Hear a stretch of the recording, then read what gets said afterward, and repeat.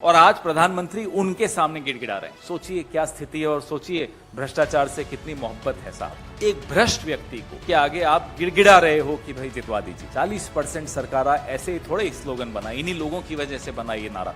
40% सरकारा का जो तमगा मिला था भारतीय जनता पार्टी की सरकार को कर्नाटका में, वो इसी तरह के लोगों की वजह से नहीं, इन्हीं की वजह से मिला। और आज प्रधानमंत्री उनके सामने गिड़गिड़ा रहे हैं। सोचिए क्या स्थिति है और सोचिए भ्रष्टाचार से कितनी मोहब्बत है साहब।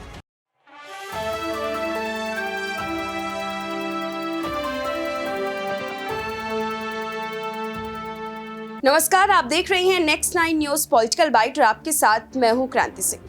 इस वक्त की सबसे बड़ी खबर आ रही है कि क्या यहां पर प्रधानमंत्री नरेंद्र मोदी सच में भ्रष्टाचारियों के साथ कनेक्टेड थे।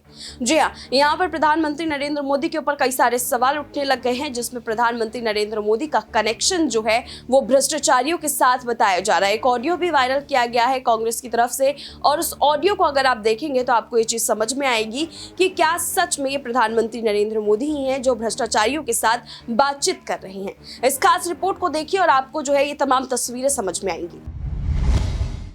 भाजपा के ही एक अन्य वरिष्ठ नेता, 4 राज्यों के राज्यपाल रहे हुए सत्यपाल मलिक जी ने क्या कहा था आपको? आज से 1 हफ्ते पहले कुछ कहा था।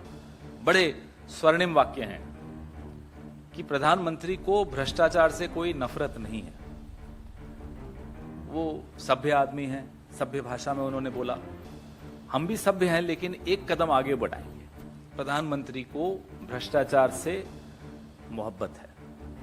ये मोहब्बत ईश्वरप्पा जी को फोन करने में सुनाई देती है। जिस व्यक्ति को 40% कमीशन लेने के जुर्म में दबाव के चलते हटाया जाए, उसके आगे आप जी हुजूरी कर रहे हैं, उनको गुहार लगा रहे हैं, साहब मदद कर देना, जितवा देना। देश का प्रधानमंत्री कुछ महीनों पहले, संदर्भ चुनाव का ही है, राज्य हिमाचल प्रदेश था, वहां भ्रष्टाचार का तो मामला नहीं था, लेकिन ऐसे ही एक व्यक्ति को उन्होंने फोन किया।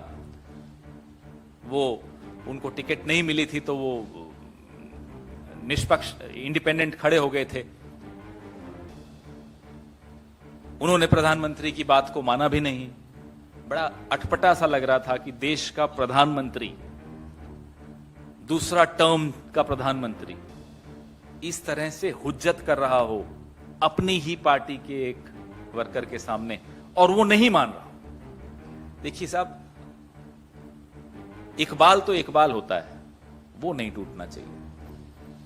पद प्रधानमंत्री का, और वो भी भारत जैसे देश के प्रधानमंत्री का, इस पद का एक इकबाल होना चाहिए। उस इकबाल को स्वयं प्रधानमंत्री ही खत्म कर रहे हैं। ये आज दूसरी बार देखने को मिल रहा है, और भी कई उदाहरण है, लेकिन चुनाव के संदर्भ में अगर हम बात करें, एक भ्रष्ट व्यक्ति को के आगे आप गिड़गिड़ा रहे हो कि भाई जितवा दीजिए। 40% सरकारा ऐसे ही थोड़े स्लोगन बना, इन्हीं लोगों की वजह से बना ये नारा। 40% सरकारा का जो तमगा मिला था भारतीय जनता पार्टी की सरकार को कर्नाटका में, वो इसी तरह के लोगों की वजह से नहीं, इन्हीं की वजह से मिला था। और आज प्रधानमंत्री उनके सामने गिड़गिड़ा रहे हैं। सोचिए क्या स्थिति है और सोचिए भ्रष्टाचार से कितनी मोहब्बत है साहब।